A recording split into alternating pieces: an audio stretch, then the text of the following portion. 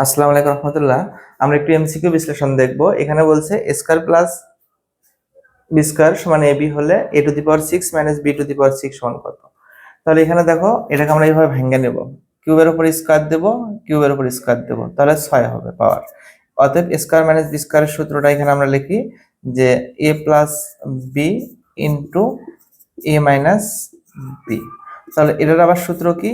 A plus B into A square minus A B plus b square. ঠিক এখানে সূত্রটা লিখবা, এ minus B square plus A B plus b square.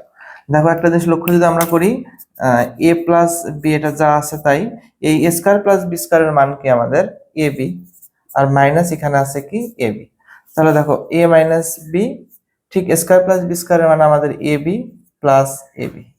তাহলে আমরা দেখতেছি যে মাইনাস প্লাস প্লাস মাইনাস মানে মাইনাস এবি প্লাস এবি কাটা, তাহলে এখানে জিরো।